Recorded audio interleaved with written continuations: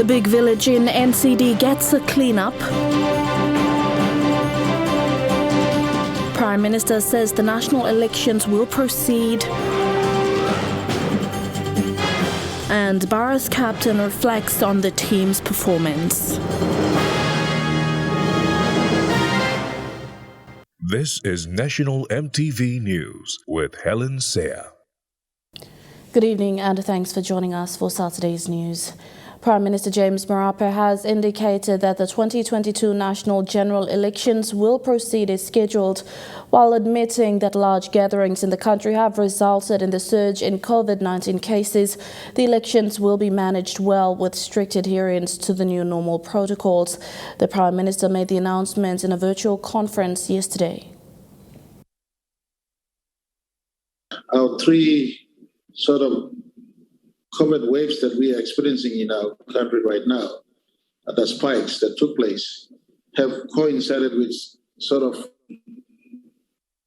some major national events.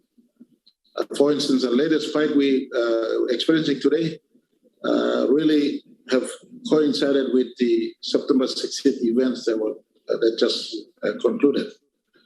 We had the earliest spike in March this year, coincided around the time our late Grand Chief passed on.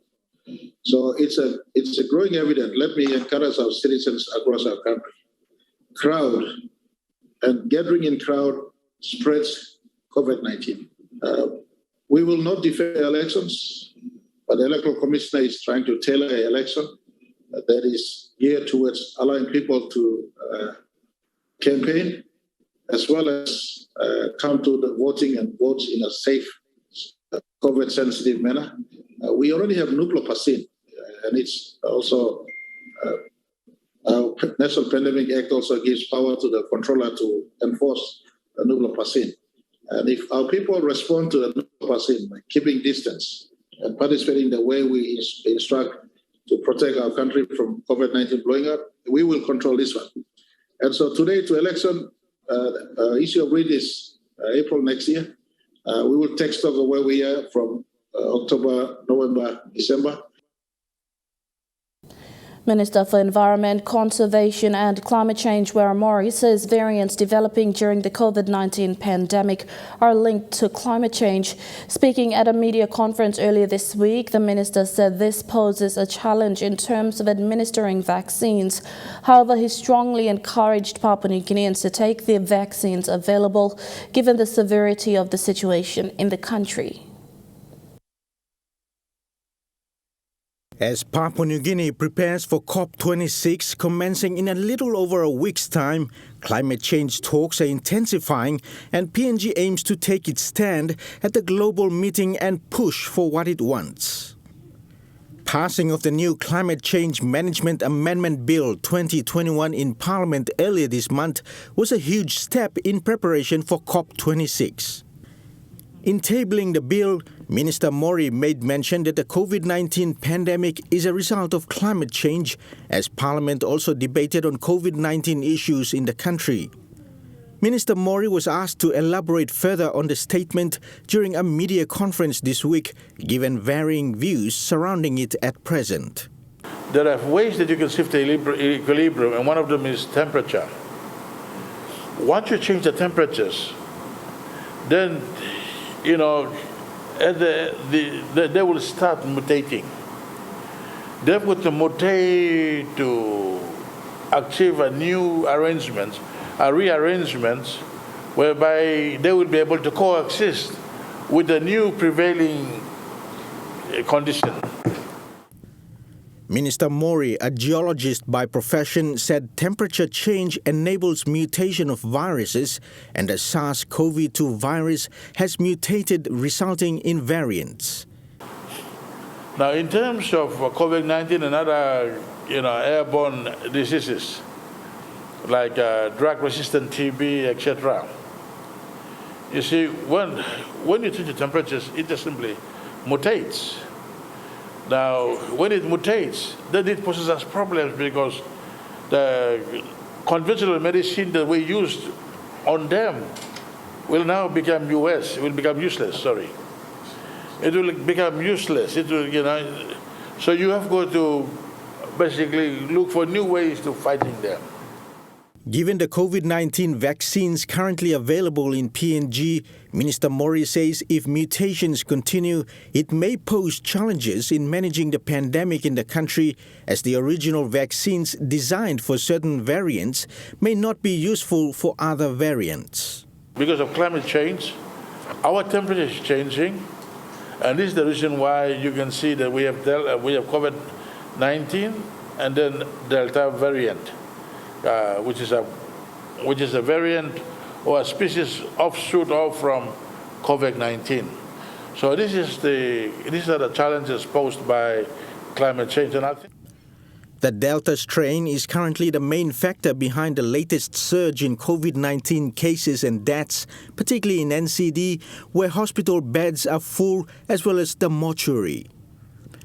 And Minister Mori strongly encourages PNG citizens to take the vaccines available to prevent severe disease and death. In a statement released by opposition leader Belden Nama yesterday, he said the Marape government must give clear, practical and affordable advice and guidance to Papua New Guineans and establish evidence-based and science-based responses to the pandemic. In terms of vaccination, Nama said achieving herd immunity in a short space of time would not be possible given the limited resources, capacity and terrain the country possesses.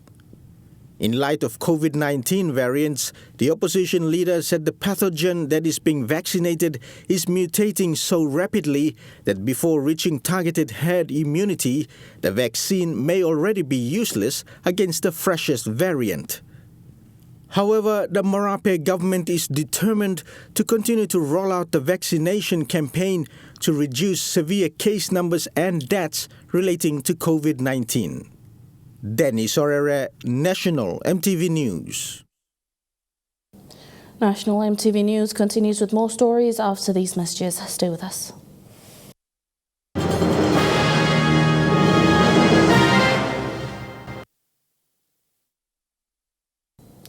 Welcome back. Over 500 youth from 4 sections of Hanua Bada will be engaged in a 6-week youth empowerment project. The Clean Big Village was launched today as part of the Moresby Northwest Youth Empowerment Program. This will be the first of many hygiene improvement programs that will be carried out in the electorate. There's a buyback program, man. It was a commitment he made during his election campaign to improve sanitation and hygiene standards in the Moresby Northwest electorate. Community leaders from the upper areas of Hanua Bada today received basic tools which will be used during the Clean Big Village project for the next 6 to 8 weeks. So we're going to start off with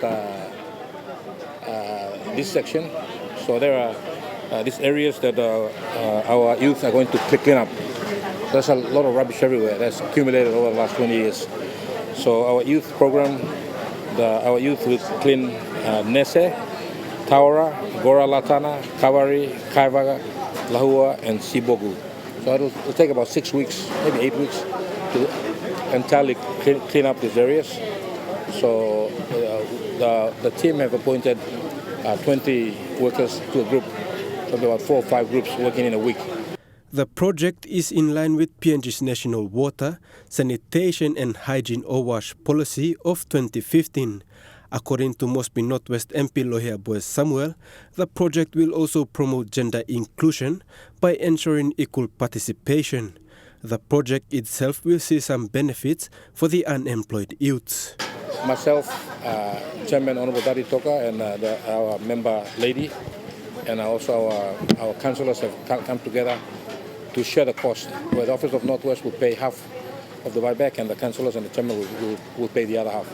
So the buyback policy is, I think it's a 1 kina 50 per rubbish bag. So you clean up your area, you fill up a plastic bag with rubbish and you hold it.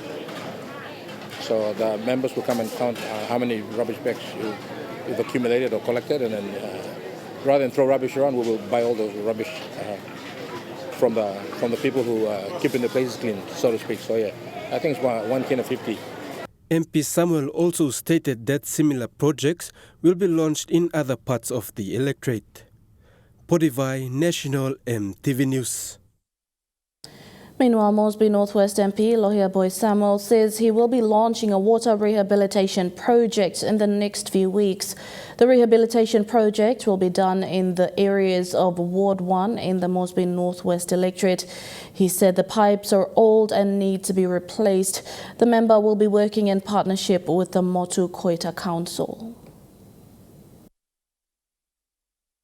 To maintain cleanliness of our village. I think after 2 weeks we will also be launching the water rehabilitation project. So we had a chat with Water PNG. They've given us a quote for about 8 million to totally rehabilitate what we call Ward 1.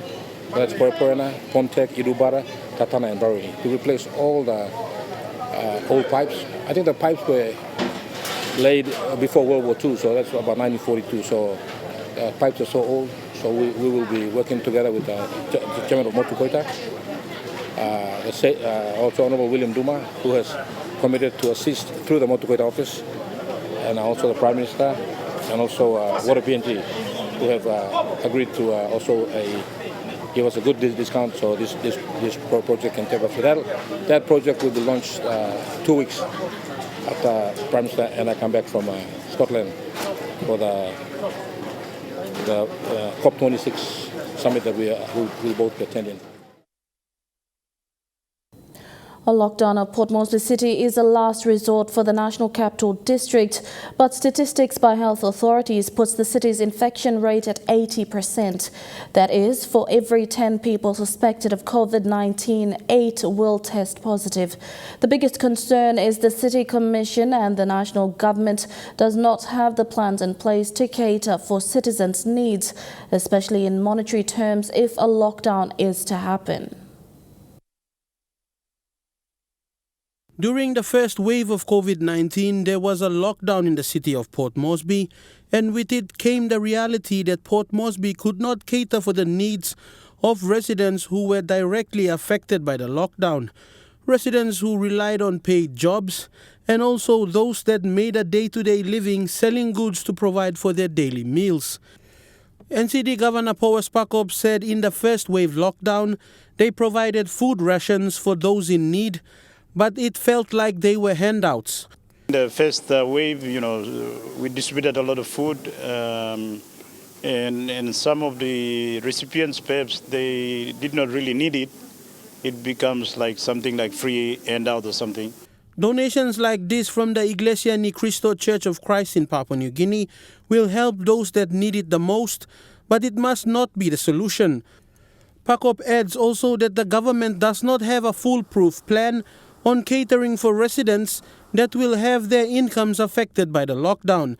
On the part of the government too, we have not made any decision yet as to whether we are going to support communities with this type of food vouchers or food packages and so on. That's something I hope we don't get to, and this is one of the reasons why we are holding back, at least in the city, against lockdown. A partial lockdown could be a solution, but any form of lockdown should not affect the livelihoods of residents that rely on the exchange of cash, mostly in the informal sector, to support their daily needs. Pakop says they have not put out an appeal for food donations as yet because he does not prefer a lockdown that would make people reliant on food handouts, which could prove to be an expensive exercise. In the first wave, we did an appeal, especially the business house, they responded. Central Province too supported us through the support of the national government. But at this time, I have not done any appeal yet because I want us to try to maintain some level of normalcy so that people can sustain themselves. Market obvious, PMV ronyet, na taxi ronyet, but problemnya emosem magadi onyet na taxi ronyet na PMV ronyet emol people blue me karim wanamia virus around here. Very important that our people do their part. Emi oklong okim desa toksawe na warning kamlo people blue me. I hope they do their part. Me no like by me lockdown here, but it's up to our people now. With a spike in COVID-19 infections in the city, the only option seems to be another lockdown. It will only be certain in the coming days, and NCDC is closely monitoring the situation with relevant health authorities. Recommendation for lockdown in order to break the spike is high. I've got representation from the medical board, PNG Medical Board. I'm waiting for the Secretary for Health. I've communicated with him and I'm waiting for his opinion. And I'm waiting for the 3 CEOs in the front line. POMGEN, Tarama Aquatic Center with St. John's, and our PHA. If they tell me they can cope and we need to break the transmission by lockdown, then we don't have any choice but to do it. But I prefer that is the last resort.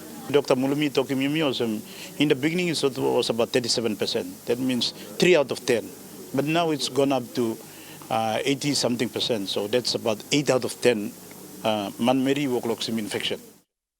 Fidelis Sukina, National EMTV News.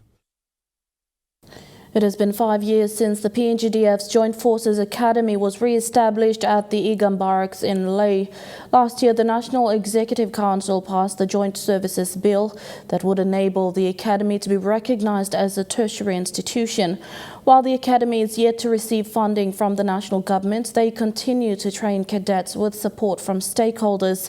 This week, the junior class underwent their first exercise at Dumbu in Medang. These officer cadets are the 5th batch of intakes at the PNGDF's Joint Forces Academy. They are the junior class made up of 44 cadets from both the Defence Force and the Correctional Service. This week they completed their first assessment in exercise first run at Dumpu in the Medang province. This class in the crawl phase, and also we're training leaders for the PNGDF, junior leaders, so this gives them the opportunity to exercise command and control and be assessed on command and control. The reopening of the Joint Forces Academy in 2016 was in line to build the capacity of the Defence Force and to jointly train security personnel from the Defence, Correctional Service and Police. Last year, the Parliament passed the Joint Forces College Bill that would enable the Academy to be recognized as a tertiary institution. In an interview with the PNGDF Commander Major General Gilbert Toropo in September, he highlighted the importance of this institution and also confirmed that the Academy is yet to receive its funding. PNG Defence Force is continuing to support within our own budget, but we'd like to see direct funding from the government so that now we can expand the opportunity for other courses to be run. Not only for the 3 disciplinary forces, but for other Papua New Guineans. Despite these challenges, the Joint Forces Academy continues to facilitate trainings for cadets with the support from other units at the Igam Barracks, the Correctional Service, and the Australian Defence Force through the Defence Force Corporation program. After completing exercise first run, the junior class now waits to undergo their next exercise in the coming weeks. Thank stakeholders for giving us the opportunity to use this area, MVP Oil and Ramu Agri Limited, and also I'd like to acknowledge the staff who participate and supported the conduct of this exercise. Lucy Kopana, National EMTV News, Leh. The newly appointed executive officer of the PNG Spice Industry Board is adamant to turn the industry around.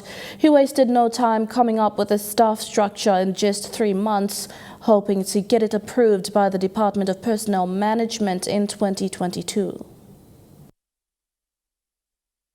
Dr. Nelson Simbigan is the new CEO for the PNG Spice Board after acting in that position since July.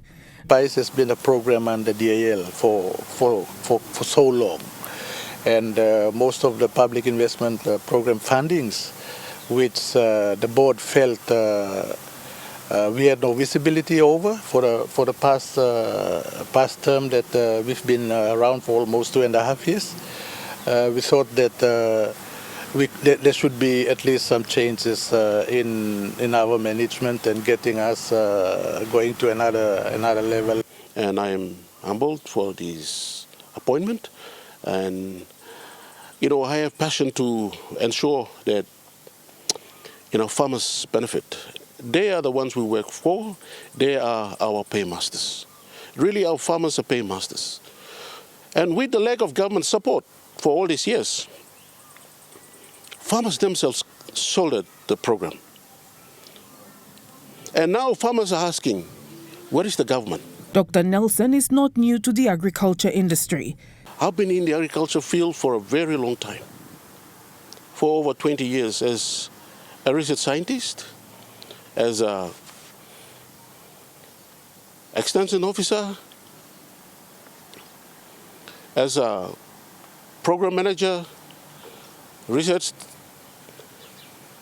principal scientist, research directors, acting chief scientist. And I realized that there is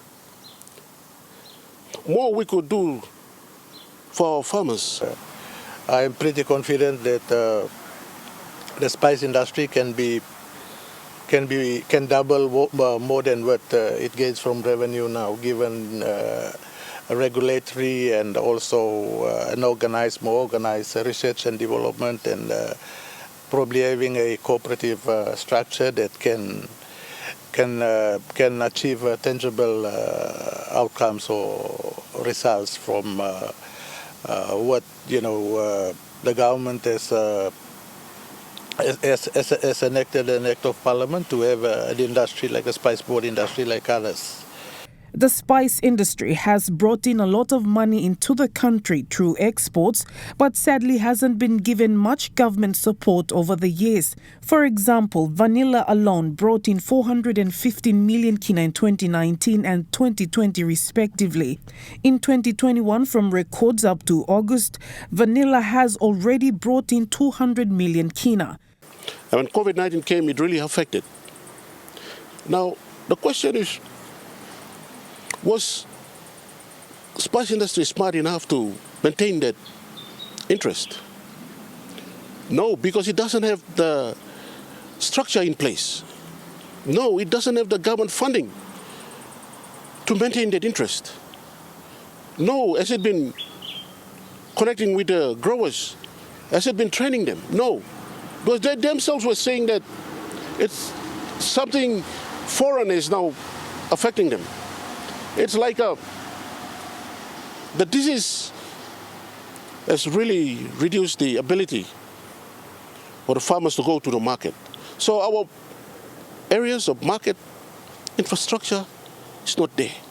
With COVID-19 changing the way of life, Dr. Simbikin says this is one avenue the government should invest heavily in to keep people busy at their farms and not crowd in towns looking for opportunities. Around this time, when COVID is affecting our country, you can put money into their pockets straight away with spice. So government will not go wrong when it starts to invest in 2022 onwards. According to Modo Intelligence, a global market intelligence and advisory firm, the global vanilla market was valued at $2,715.93 million or over 800 million kina in 2020, and is projected to register a compound annual growth rate of 5.64% during the focus period of 2021 to 2026. It says the market's growth is driven by its diversified applications in end-user industries ranging from food and beverages to pharmaceuticals. In another website, Statistica.com, in 2020, the global spice market was valued at $12 million or over 39 million kina. The global market for spices is likely to witness a 3.89% compound annual growth rate from 2019 to 2025, expanding its valuation to about $14.5 billion by the end of 2020. Shaman Poriambeb, National EMTV News. Chuka Sports is next. All the details after the break.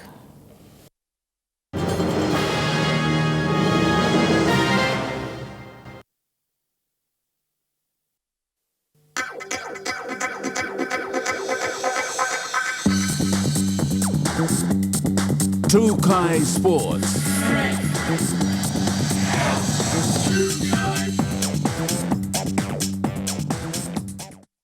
Welcome to Chukai Sports. PNG Barramandi's captain Asad Vala, speaking in a post-match interview following their final Group B match against Bangladesh, said they could have done better. He reflected on the team's performances in the debut T20 World Cup campaign.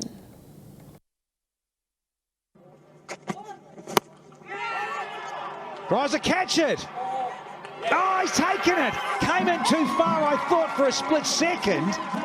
Assessing his side's performance, PNG Barramandi's captain Asad Vala stated that the team was inconsistent throughout the 3 matches of the 2021 T20 World Cup. The Barramandis would perform well in certain areas of their game while failing in others. The pressure of stepping up to play in the World Cup also had an effect on the team's performance on the field. Asad stating that senior players like himself should have done a better job leading the side. We need to be not just good but be better.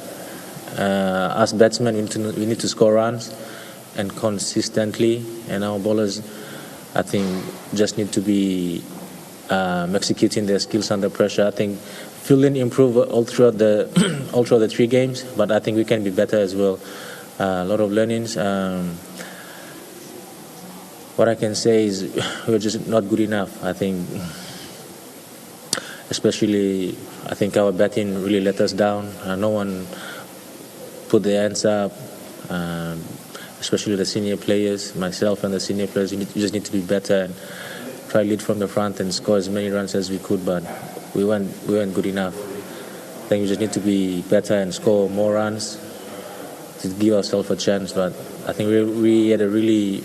I thought Kabu was outstanding all throughout the 3 games. Kabu Avagi, on his first tour representing the country, I think he's been really good, and I'm really happy for him for the work he has put in, and I think credit to him.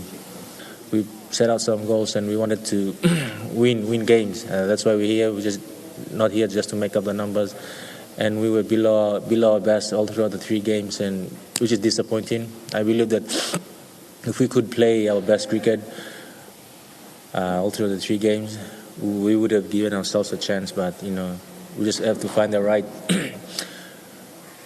level of performance, because sometimes we play well, sometimes we don't, and it's up and down at the moment. We just need to keep working out what's our best way to get the best out of ourselves. Huxley Lovai, Chukai Sports.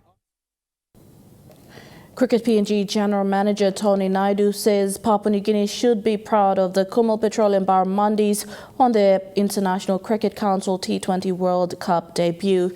Despite the results, Naidu says it's a milestone achievement for the country. It was a dream come true for the Barramandis making it to the T20 World Cup.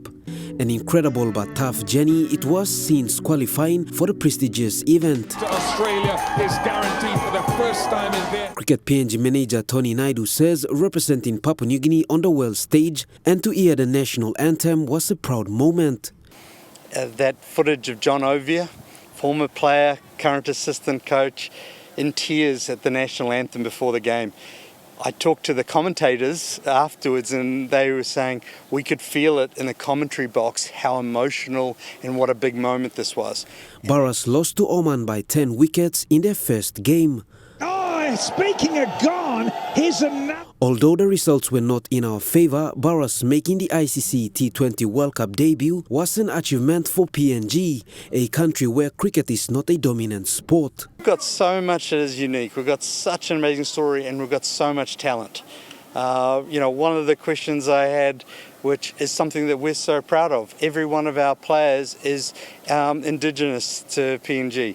We're the only country in the world that can say that, at that level, that all of our players are all from PNG. And that's an amazing achievement to do in a country where we aren't the #1 sport. Barras showed confidence in the second encounter against Scotland, but fell short by 17 runs. Despite losing 3 games, the KPHL Barramandis were the most talked about team, displaying great improvement in catching. What a catch! Charles Amini, that's the catch of the week. Naidu says Barras showed great class in their debut, something PNG should be proud of. But to have had that moment on the world stage and to see our boys perform that way, Yes, we lost. That's sport. Sport, you don't win all the time. But we played and we competed and we entertained. And people around the world took notice. I think we should be proud. I think we've achieved something to... Winning was making the World Cup. Everything since then, we've now shown, when you listen to the commentators, they're talking about the class and the ability of our players. Our players, given all the things that other players in other countries had, we're just as good. Shot. Skipper Asad Vala was ranked 8th in the most runs with 80 runs in 3 innings. Unfortunately, PNG didn't qualify for the Super 12 event. Been lofted very successfully. That'll be 6. Suli Trukai Sports. More cricket action from the T20 World Cup after the break. Stay with us.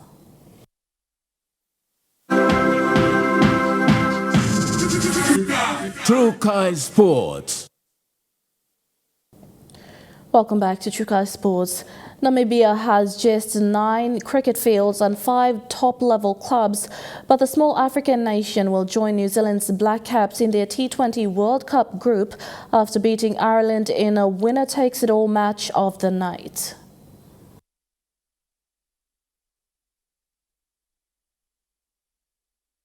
Last ball of the innings and Namibia had kept Ireland's runs to a realistic target. But so much for finishing with a flourish. Oh dear. An underarm overthrow's not a disaster, right?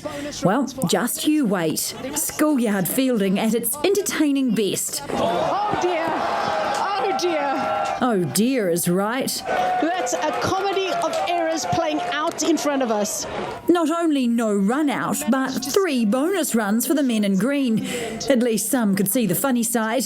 Funny also that 2 balls earlier they'd had a practice run and got it as right as you can. The execution from him has been superb today.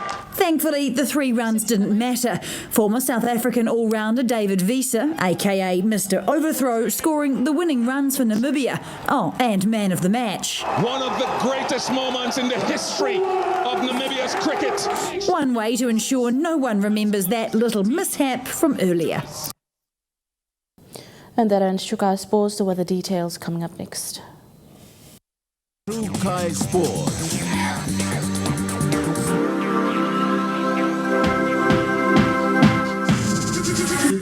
Trukai Sports.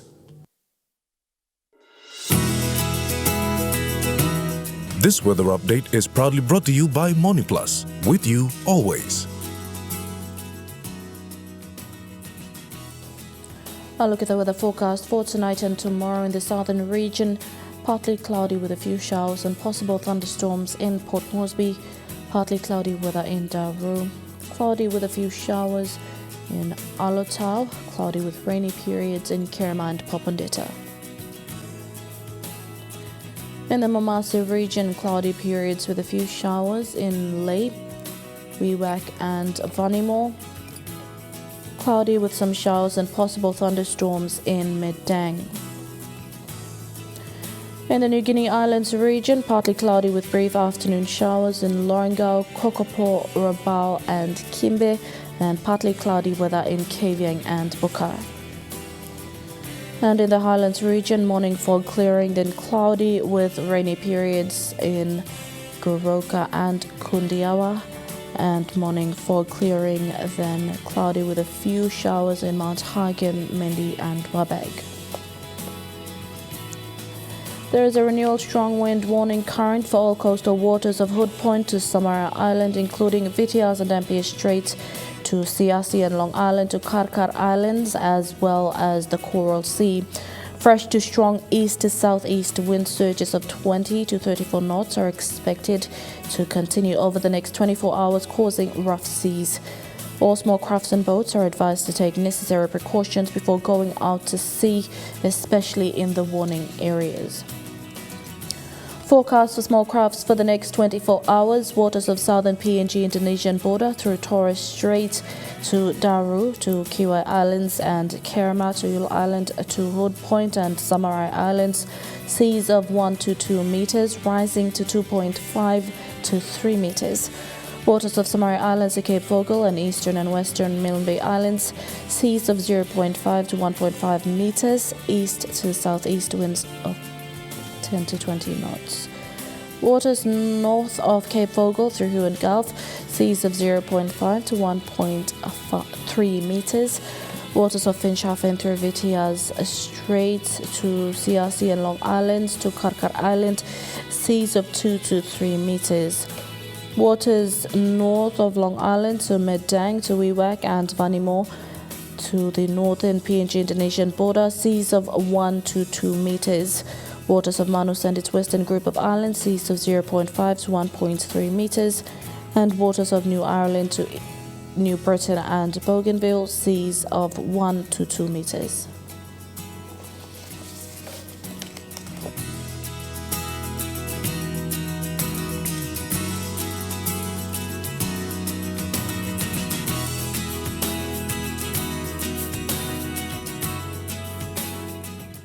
I'll look at the ocean forecast for PNG areas in the Coral Sea. Seas rather rough to rough with east to southeast winds at 20 to 34 knots. In the Solomon Sea, seas slight with northeast east winds at 10 to 15 knots. In the Bismarck Sea, seas slight to moderate with east to southeasterly winds at 10 to 20 knots. And in the Pacific Ocean, seas slight with east to southeasterly winds at 10 to 15 knots. The weather update was proudly brought to you by MoneyPlus, with you always. And that's been the news, sport and weather for today, Saturday, 23rd of October 2021. On behalf of the news team, pleasant viewing and good night.